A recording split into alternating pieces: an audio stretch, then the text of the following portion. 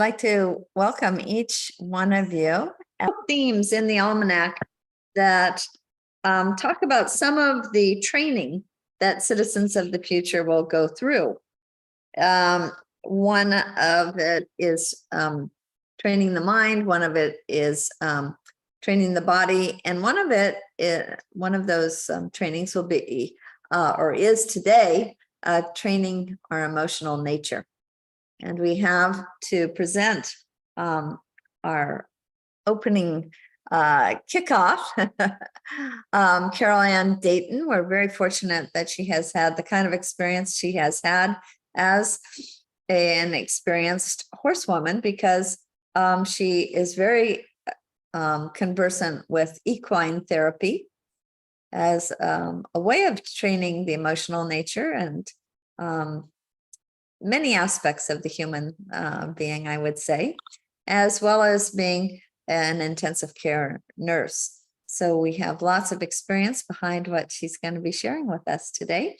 And Carol Ann, I'm going to let you take it away. Hi, guys. So I thought that maybe the best way I could kind of put my thoughts to you guys was with just a little bit of visual aid. Being a really private person, I don't have a Facebook page. You're not going to find me online. And so the photos that I use in my presentation today are actual photos from my family. I am a probably 5th generation California cattle rancher family, and spent most of my youth being raised on an active holistic cattle ranch in Carmel Valley, California. With that said, I was very fortunate to be raised with the Western tradition as my application of horse knowledge. And horse knowledge becomes kind of universal amongst all equine traditions within that umbrella, because really cool thing about horse and equine traditions is that their language is incredibly universal. One of the things that I want to dive into in what I'm bringing you guys today is what I've learned about the universality of the equine tradition itself. So as a Western horsewoman, as a NIA white belt and retired critical care nurse, I currently teach NIA and mindful movement to children as a way of cultivating their individual emotional nature. I've taken my body of work as a nurse, as a mindful movement student, educator, lifelong learner, and just combined what I was learning as a trauma survivor with what I knew as a practitioner to be true, to see if I could heal myself as an individual and move forward with a practice that I could explain to other people. So this is kind of the explanation point as I was writing this today, trying to find the language to really encompass what it is that somebody can feel when engaging in horse therapy or equine therapy as a way to heal trauma disorders, anxiety disorders, emotional dysfunctional states that keep people from living and exceeding to be their most functional self, the most brightest being that they can be. So as I kind of progress through what I want you guys to know about the equine tradition and how we can use horses to train our emotional state, it kind of, the best way I can do that is parallel how it saved my life. And so as a trauma survivor, I have complex post-traumatic stress disorder, and I can't say that this is a cure, but I can definitely say that it is something that aided in my recovery to being a part of society and being somebody that can talk about my trauma without being crushed by the history itself or the emotions attached to that history. So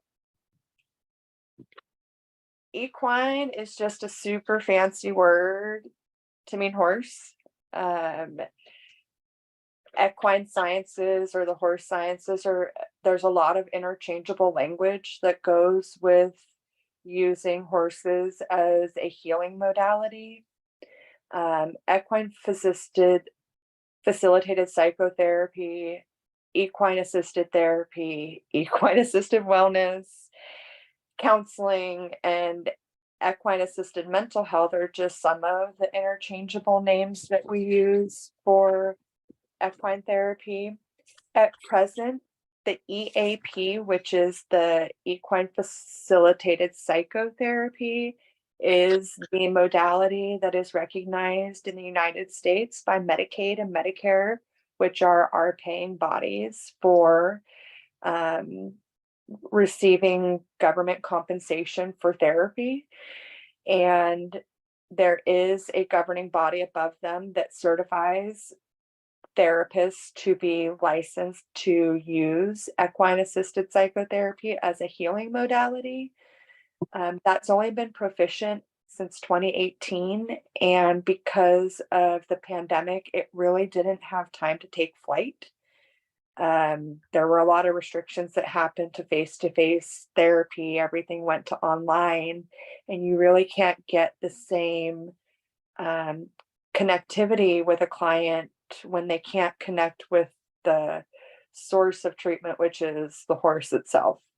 So in the last 12 to 24 months, we've seen a huge uptick in people searching out equine assisted therapy as a regular modality for mental health management and intervention. Can horses really help us find our truest nature and self? I try not to have a bias on this opinion. It's really hard having grown up around horses and knowing the language that they speak and the subtleties in how they exist. Removing my own biases from it, there are actual scientific reasons why horses are a good fit and companion for psychotherapy. So unlike dogs, which are also mammals and used as assistive animals, horses are the only other ADA recognized assistive therapy or companion animal recognized to do tasks and skills to help with a disability. Mostly that's because of size and their relativity to being able to be a beast of burden or an animal that's productive. But aside from their ability to perform tasks, the reason that they are so great for psychotherapy is because, like humans, they are indeed herd animals. Whereas a dog is a pack animal and they hunt together, they will leave safety for food. Horses will flee food for safety. Their first instinct is to protect themselves, protect their well-being, because physical safety surmounts to longevity. So by modeling years of biological and evolutionary science and acting on an animal's survival instinct, we as mankind are able to kind of expeditiously recreate a lifestyle pattern that is sustainable. And by modeling animal behaviors, we are able to be our own catalyst in having those fulfilling connections with other people, with other animals. The potential within the human lifespan to have complex emotional and psychological connections can kind of be brought forward when there aren't risks of negative emotional trajectory from an animal, such as loss, dystopic relationship feelings, that negative feedback isn't there. If you give praise and love, you'll get praise and love in return. And that creates a very special dynamic in which that positive reinforcement is consistently there. Bringing kind of our soul and spirit into that existence, in my own understanding of horses, I've had very existential experiences with them where I have been riding and felt a flow state. It's the only way I can truly describe the way that I've worked with my companion, through my breath work, through my body movement, through timing. There's something to be said that can be very transformational that can occur when a totally out of body being and yourself can have a very synchronistic experience that can elevate you to believe in something more than yourself. But those things are cultivated over time. And that also is something that trauma survivors or people that are really trying to get in touch with their true emotional self, that we learn to cultivate our emotions as we dive into that journey with an outside companion to ourselves. Horses have been domesticated in use by human beings since 3500 BC, which is a whole long time ago. Prior to that, people used donkeys and other animals of beasts of burden. You can see it reflected in mythology, in most ancient traditions, religions, beliefs. There is some kind of tale where you have the horse as a present character. And through the Western cultivation of tradition, where a lot of what I've learned has been passed down from one person to the next. I didn't go to a class to learn what I know. It's amazing to me that that still exists in a time and place where everything is a keystroke away online, that I still was able to learn something that my family learned from my grandparents, that learned it from my great grandparents, and on and on. It just seems to me that there is something that then lends itself to my generation and my family, that we as people of the Western tradition hold an obligation to bring forward to the next generation and offer up equine assisted therapy as a tool to others, because we were bestowed that gift by nature, because we were born into it. So through the Professional Association of Therapeutic Horsemanship, they accredit the various different centers that use equine assisted therapy or the like to heal people that are suffering from trauma disorders or other psychotherapy necessitating trauma, mental health type disorders, substance use disorder. The governing body cites that they have over 860 member centers with 4,400 certified professionals licensed to teach equine therapy in the United States. They have served 62,000 children and adults, including 4,000 veterans with PTSD. That kind of strikes me as remarkable, considering that 2 years ago, they weren't even being paid by any insurance agencies to help and use horses as a modality of care. Hippotherapy versus assisted psychotherapy. Hippotherapy specifically incorporates PTOT, speech therapy, with teaching children with like cerebral palsy how to actually be in the saddle and ride as a way of giving them neurofeedback. It's different in that other psychotherapies are typically ground assisted psychotherapy where the client is not mounted. Hippotherapy is a mounted therapy. And equine assisted psychotherapy is a ground modality. This is my family's ranch up in Nevada, up on the left. That's cattle ranching. That's my cousin Gary. The bottom one is me cattle branding probably about 20 years ago. That upper right picture is my uncle who taught me how to ride. And this goes to that learning from one person to the next generation. We're taught by physical instruction from somebody else that knew it.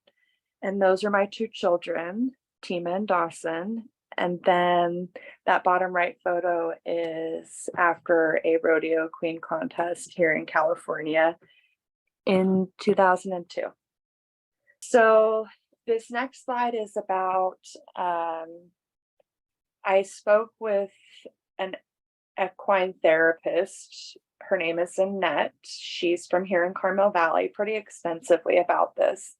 She's actually been my psychotherapist for almost 3 years.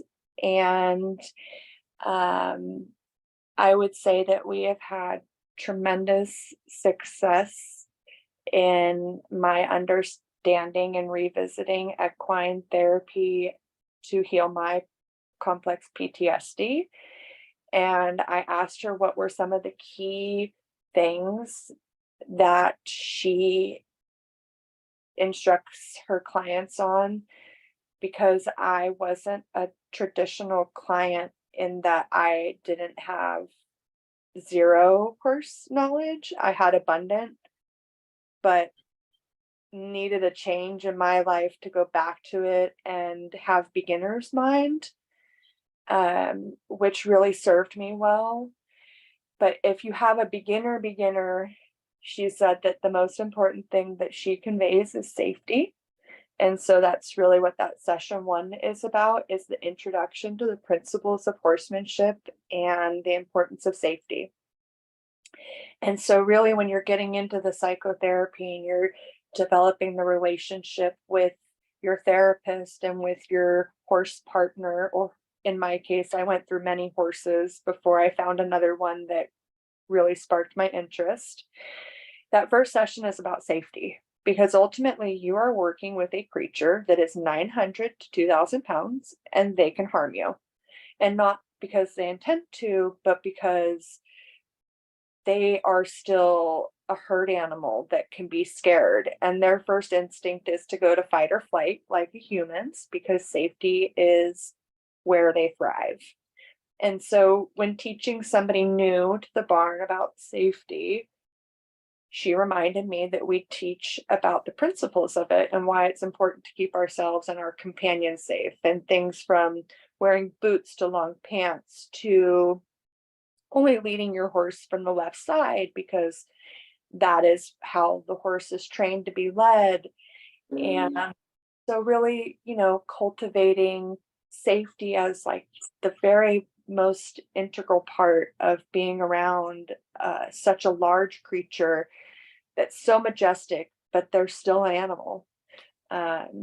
So safety was really the big thing that she conveyed as the most important teaching technique on those first impressions. And then each session kind of going forward from there is kind of individualistic,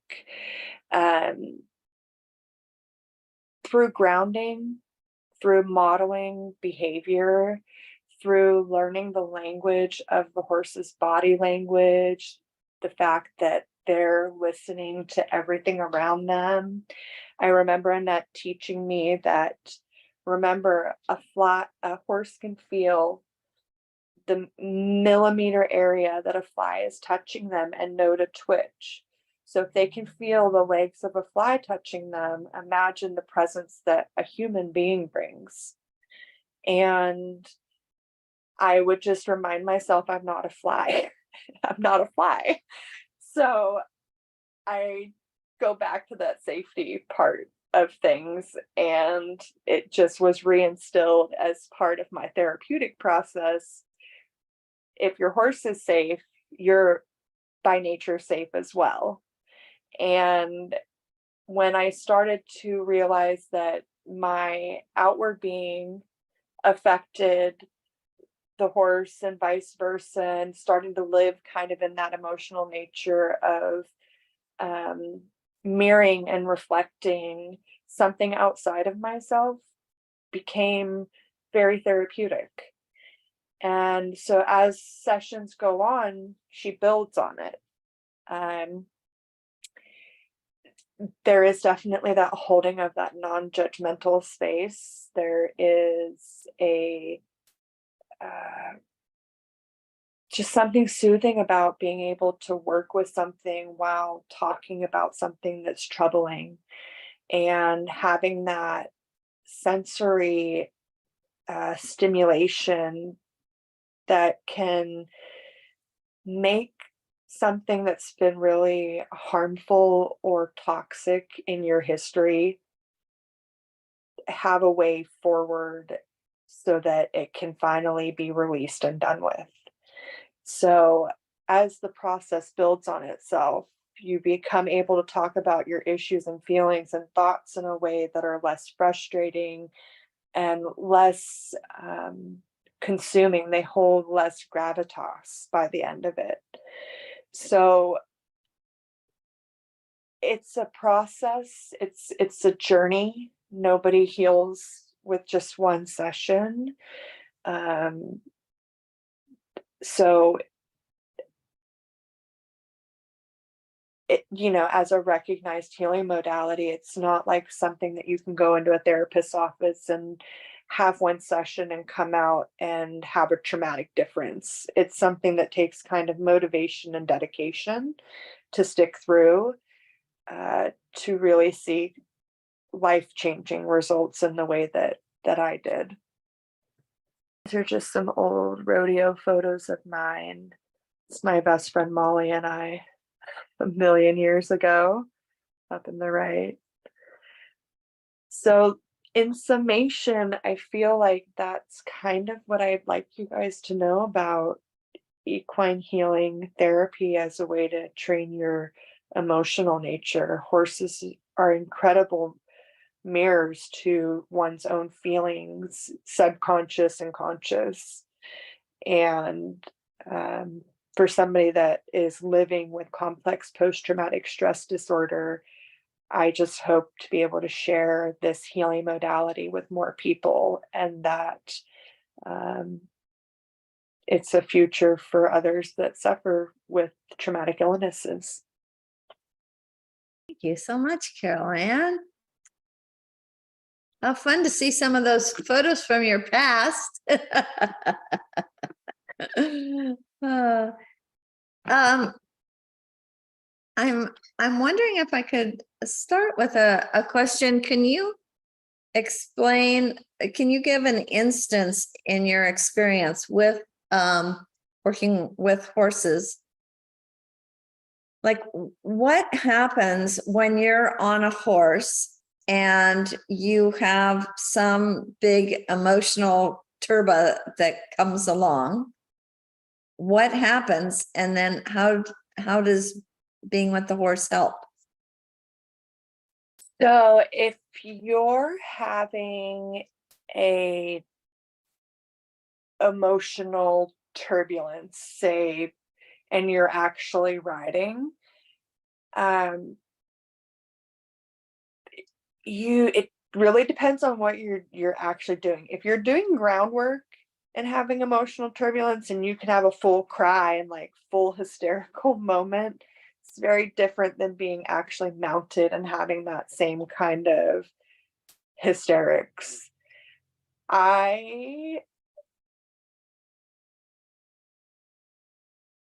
safety first is always what I was taught in my mind.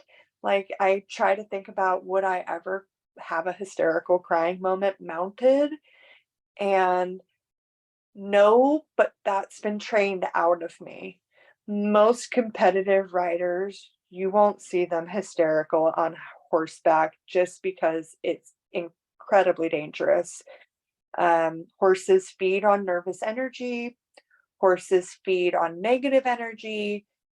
Like, so much of our feedback from when I was taught to ride was focused on breath work, and you can't exactly do breath work and be in a high emotional state, a high negative emotional state, without risking injury to yourself and your horse. We were always told to cry like good cowgirls in the bathroom. So, if I take myself out of the saddle and put myself to the ground, it's a different experience. I have probably had some of the most out of body kind of hysterical cries off of a horse. And they have been just the best shoulder to cry on, like just the buckets, and very sensitive. My particular psychotherapist that I work with right now, her name is Annette. She has a horse that she uses for therapy. His name is Hermosa. That when I cried on him, he would drop his head and just let me lean in. But if you were on him, that would make him feel nervous. And then that would put you in danger and him in danger.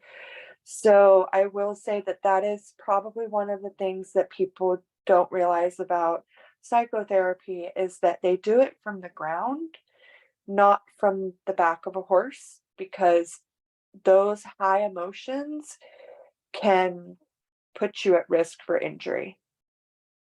Anybody else have any experience on horses? Joy, have you? Well, hello, you guys. Hi, baby. When I was in boarding school, that's when I was 12 years old. Within the first week, would you believe, one of the mandatory classes, once a week classes, was horse riding. And believe me, babe, we come from Singapore. The biggest animal I've ever seen is a Great Dane. I'm like, hello, you want me to ride this horse that's like 12 hands? Is 12 hands big? I don't know, it's big, okay? So it was like, are you mad? So they said, which horse do you want? They gave me all these big horses. I said, I wanted the Shetland pony, small one. They said, no, you got to learn to be a lady and ride the horse. I never got on the horse. So because I was so scared, right? But you know what was interesting was, I think the English, they love horses. And I think they were trying to give us young ladies an outlet to relate to horses and play with them. And I think they know something. They haven't got this equine therapy yet, but I think it was attesting to that. You see what I mean? I think they were, and a lot of the girls loved it. They really looked forward to that week of that Saturday morning with horses. So I didn't like the horse. I mean, I didn't want to ride the horse. I was too nervous. And you know what you said about nervous energy, they know, okay? I'm like, oh my God. So I bargained with them, and all I got to do is play with them and groom them. And that was great therapy for me. It was good enough, baby. Well, it sounds as if Carol Ann said that the real therapy happens when the person is on the ground. So maybe you needed. Mary, any experience with horses? When I was growing up, I was Saddle City in Waimanalo. And my grandfather took the three of us, I think four of us, grandchildren. And yes, as in, a 7, 8, 9-year-old, that's a huge animal. And I couldn't even reach into the stirrups. But my baby sister, she loved them. So there's definitely something in each individual that bonds with all kinds of animals and people. So that was my experience. And it wasn't anything that, it didn't really scare me. It was just huge. And when we were on horseback, they were just plodding along, and it was fine. It was a nice experience. And then the only other time was at a carnival where they had the pony rides. And those were ponies. They were little, so they weren't scared. They weren't huge. So that's about it. Thank you. Chandra, I don't know whether you're able to speak up, but you have done so many different sports and movement art forms. Is horseback riding something that you've experienced? No, actually, I've always wanted to try, but I've never been able to do it. Never had the opportunity. You don't think the size of the horse would spook you? I don't know. I have no idea, actually. Yeah. Adele, you have any experience on horses you want to share? In the meantime, if you think about that, Adele, that's fine. If you want to come on or if you want to text, I can just tell you about a time when I did have some small amount of experience with horses as a child, and every once in a while as a teenager. And then as an adult, Cliff and I were in Costa Rica, and we were going into the rainforest to go down zip lines. And so they put us on horseback to get to these trees out in the forest. And then we did our zip line adventure and came back to our horses and rode back. And then I didn't have to be in line with everybody else. I was able to just take off on my own. And oh my gosh, I started riding really fast. It was so exciting. And I thought, oh, I'm such a great horseback rider. I can really ride this horse so fast. And then I was trying to go back to the place where we had started. However, as we got closer and closer, the horse started going to the place where its food was, which was not where I was trying to go. And there was absolutely nothing that I could do to get that horse to go where I wanted it to go. It was going to go where it was going to go. And it's like, who's riding who right now? I think we've all been there at some point. If you've been on a horse. Yeah, I've been taken for a ride. Yeah, I was taken for a ride. That's exactly what. But I did actually want to have another question, and this kind of relates to another animal, but I think maybe it's something of the same principle. One of our new staffers at Stolen Moving Center, Lexi, has a dog, and this dog, I think maybe she got it from a shelter, wasn't brought up around groups of people. And so now whenever they take the dog outside, the dog tends to get very anxious. And so what she's been taught is that she herself needs to really calm down before she takes the dog out in public. And the person said, I don't remember if they said your thoughts or your feelings travel through the leash. And it's like an umbilical cord, it's a very direct connection. And I would imagine that's similar with horses as well. that close. So I actually asked Annette today, who is a Swiss Brit, raised very proper English equine, which is funny. That's why I was laughing, because you're telling a story of quintessentially how she got into horsemanship and why she's an equine therapist now. It was improper for her to be a British young lady and not know how to ride properly. That said, I asked her about timing with horses and corrective measures. What is that window between a bad characteristic or trait being exhibited by the animal, and how long do you have to correct it, where they'll associate what they're doing with the corrective measure and you're not hurting them psychologically? And somewhere I had read that it was about 3 seconds, and she agreed. That segued into us talking about moving our horses telepathically through motions.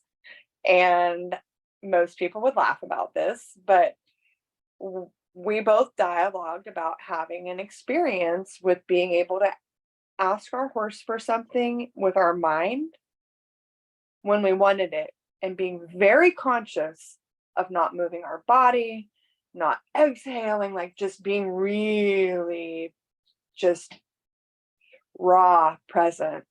And did the horse respond? And we both emphatically believed that the animal did, in the moment that we asked with our mind and not with our body. So in this idea of, does energy travel through a lead to the animal that it's attached to, being somebody that has proficiently trained a service dog, I have a black lab that will be 2 in September. Do they know the motion or emotion before, like through the lead, the energy? I believe so. I think that it's an energetic thing.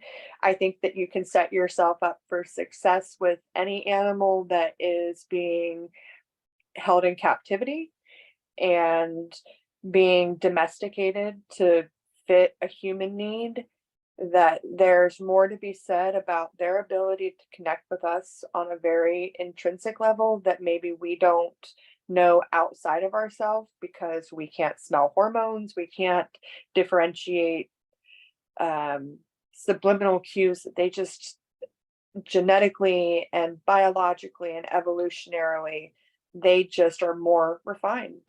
And we spend a lot of time outside of ourselves in an existential place.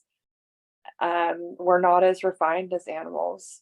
So what you think about and motion through the lead is really vitally important to the cueing that is received on the other end. So yes. I wanted to ask Carol Ann, one of the big ahas that I've had in the last few years is that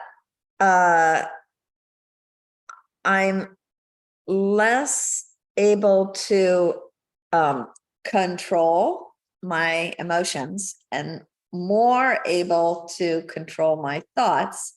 And based on what I do with my thoughts, my emotional nature is kind of going to fall in line. So the corrective for me is change whatever I'm focusing on. If I'm in some sort of negative emotional state, change what it is I'm thinking about, and then the emotions tend to get in line as a result. So it's interesting that you said as your thoughts change, that travels down the lead or down the leash to the animal.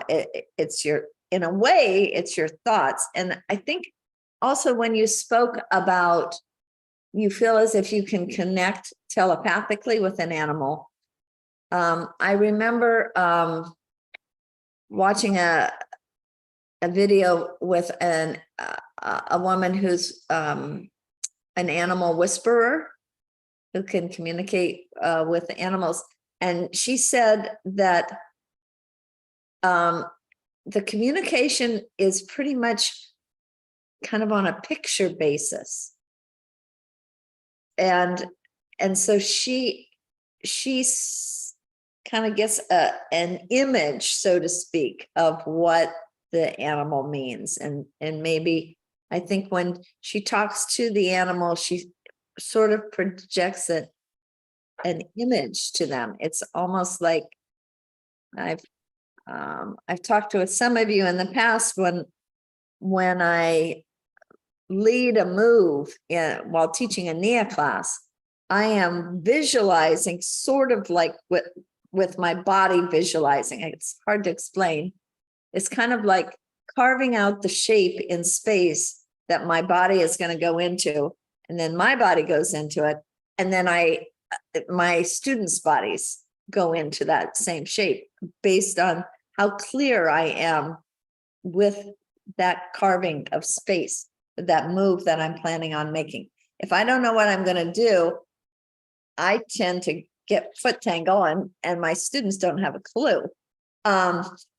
But the clearer I am in terms of where I'm going, then it seems like they pick it up even before my body necessarily has moved into that spot. So I'm thinking there must be some sort of visualization like that has to do with this communication between humans and animals. And so maybe as we clear up our, like what it is we're thinking about, there's a direct, I'm trying to think through this because I haven't had this experience with a horse before. I don't really know this, but like as we clarify our thoughts, our imagery, the animal is able to be clear, and probably there's a settling of the emotional nature as a result. I think yes and yes. I think that being a student of yours, I have experienced that kind of carving nature and been dancing with you in close proximity and knowing what was coming next, but never having been taught it. And being so in sync with somebody else's energy and where they're going to go with their body for no other reason than that person has set an intention and my energy is going to follow that. So in the same way that you teach NIA is kind of the way that I teach NIA to kids now. I set the intention, I'm trying to carve the space, and hopefully they can rise to come into it. Same thing happens with horses and riding. Annette told me in a specific type of riding called dressage, where they use the alphabet markers on the fence line. It's different than Western. We don't typically ride in arenas. This is done in an arena setting. And so you'll go from post to post. You're riding from post A to post B to post C, etc. And when you do patterns, you're going from one post marking that's predetermined to another. And so this is where she was practicing that telepathy. I'm going to pick up what we call the lope, or where a horse is at a run, at post C. And she would go there with her mind and choose it only right when she got there. And then practicing that telepathic thing without having any body movement, but communicating only with her mind to her horse, and choosing different points that she would just choose at random. And would the horse respond if she just asked with her mind? And every time that she asked with her mind, the horse would respond.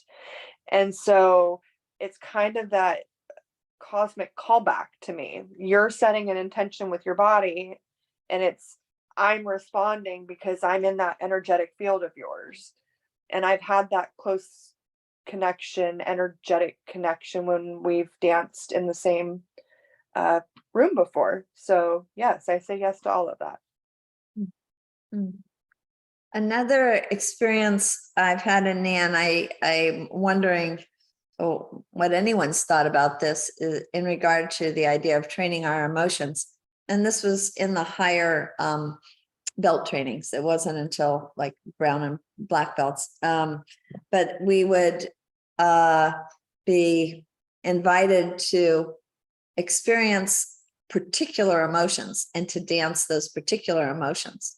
So maybe I was dancing delight, and then the call would go out, okay, now dance anger. Oh, okay. And then I would move over and I'm dancing anger. And then the call would go out, dance is silly an emotion? Maybe it was silly or or flirtatious or whatever.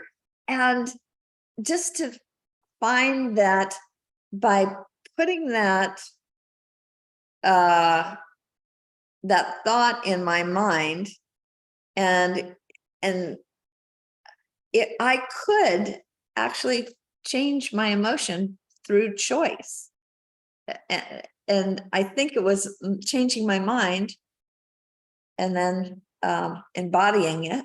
I could also change the emotion. And I wonder, I hadn't really thought of it before, but I guess that has something to do with emotional training, doesn't it? Training our emotional nature.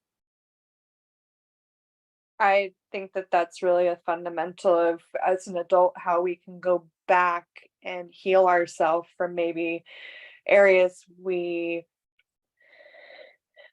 weren't given the most robust education, either because our parents didn't know how, or we just didn't have the fundamental building blocks to build a really well-rounded person, or maybe trauma happened or abuse happened and we couldn't find those really sensitive emotional parts of ourselves, and relearning how to find those parts after you've been just disconnected or disassociated from them for a really long time. It's challenging. You got to wade through a lot of history sometimes to be able to find emotions that you lost. So I think it's a lifelong thing. I think that trying to evoke them is, for me, it was really difficult in my white belt training trying to find emotions, because I realized I really didn't have like a full garden. I was planting one thing. I was either happy or I was sad. And being able to have that whole garden, whole sense of human existence, it's a very profound coming into my own.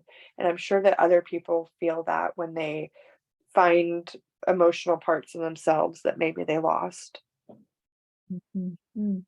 Thank you so much. I was thinking that it's even harder for a man because in our culture, especially in our generation, you're taught not to have any emotions. To be emotionless is to be cool, and to be cool is to be in control. And it took me many, many years to outgrow that, and some traumatic things in my life that were helpful. And then I met Jerry Jampolsky and got into attitudinal healing, which when I combine the two, I find that if I just sit mindfully, I can figure out what my emotions are, where I couldn't do that before. And then once I get in touch with what my emotions are, I can just accept that.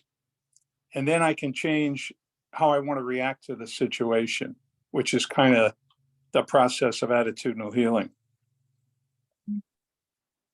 I think that leaves a really great opportunity to go back to having that freedom of choice of what are we going to do once we figure out what it is that we feel. And that gives an individual a sense of empowerment. And empowerment is a really important key part of training and healing your emotional existence. One of the big things that we work on is positive feedback. And right now, speaking to what you're saying about there being a really difficult time for the men in our population to have a safe outlet and to not be seen as demachoized or less manly because they aren't in touch with their emotional existence. One of the very first photos I showed you guys was of my cousin Gary. There's a horse and a little boy. He actually is doing psychotherapy now. His situation is just kind of this dynamic of our family raised us to not have a lot of emotional feelings. We were told to brush ourselves off and cry in the bathroom because that's what cowboys and cowgirls did. And into our adulthood, that doesn't serve him very well anymore, having a small child and a wife that has PTSD. And he's having to cultivate his emotional nature to be able to be present for his family in a way that maybe he hadn't thought he could be. And so it's, I think, becoming more of an awakening for the men in our civilization that it's okay to seek mental health assistance and to use the tools that are available. Wonderful. Well, thank you so much. This, what I'd like to invite each of us to do is to give a little takeaway, and then if there's anyone who would like to give a vote of thanks, that will be wonderful. And if not, I will be ready to do that. I know that Cliff had to sign off a little early to go get our grandchildren, so he's not able to do that. And Adele's having trouble connecting with her microphone, but maybe she could add something in the chat if she'd like to let us know a takeaway. I'm sorry I jumped in so late. I've been gone for so long. I thought I'd try to catch you even though I was late. And this is such an interesting topic for me, especially as I was saying that I see how my emotions have changed so dramatically over my life. And I think it's wonderful what she just said, that she sees more men now finding them ways to get in touch with their emotions without demachoing themselves. I think that's a great thing for our society, and I appreciate that. It's pretty clear that we all have emotions, and that people like macho men who haven't demachoized can be passive aggressive a lot because they don't realize that everybody knows what's going on with them, even if they don't. So I think we're making a lot of progress, and I'm sorry I missed most of the discussion, but I always appreciate being here. Thank you. So delighted to have you. Thanks, Roger. Well, thank you for sharing your all your wisdom with us today. I never knew that there was so much you could do with horses, really, and I mean, I think I'm not a horsey person, I have to say, because maybe I'm just so frightened that they're so big. But I do love taking care of them when I was 12. But now in Singapore we don't have horses. It's not a usual pet here. So yeah, thank you for sharing all that with us, because it's I love it that I'm thinking, dang, I could have had so much more experiences with that horses than just playing with them. But I could have related more to them if I knew what I know today. But thank you. That was nice.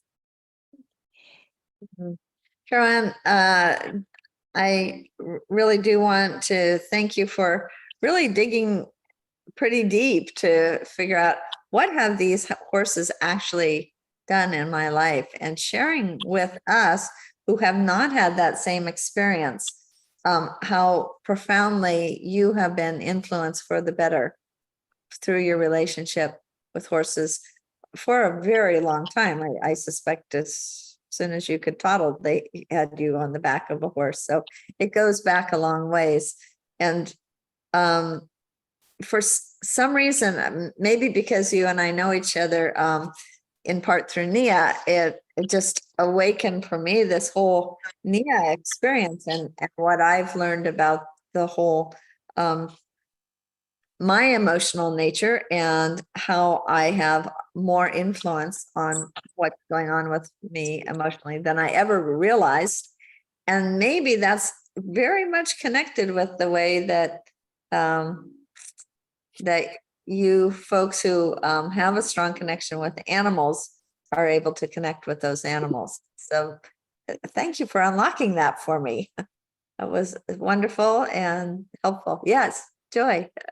Oh, Renee, something just crossed my mind. You know how Carol Ann works with animals to heal humans? Well, it's interesting because next week when Chad is on, he works on animals to heal them. Oh, Yes. So every week on several days, you see owners bring their cats, dogs, whatever it is to his clinic and he'll heal them. Hmm. So it'll be interesting to hear what he has to say. If you do ask him that question, how does he heal animals instead of them? Yeah, the other way around. That'd be interesting. It will be. Well, yes, let me announce that next week our topic will be speech and health. So I think they're two very related topics, actually.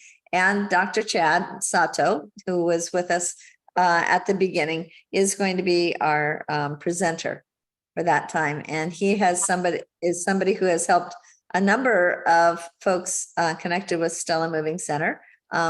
Joy and her husband, Ed, go to see Dr. Chad several times a week whenever they're on island.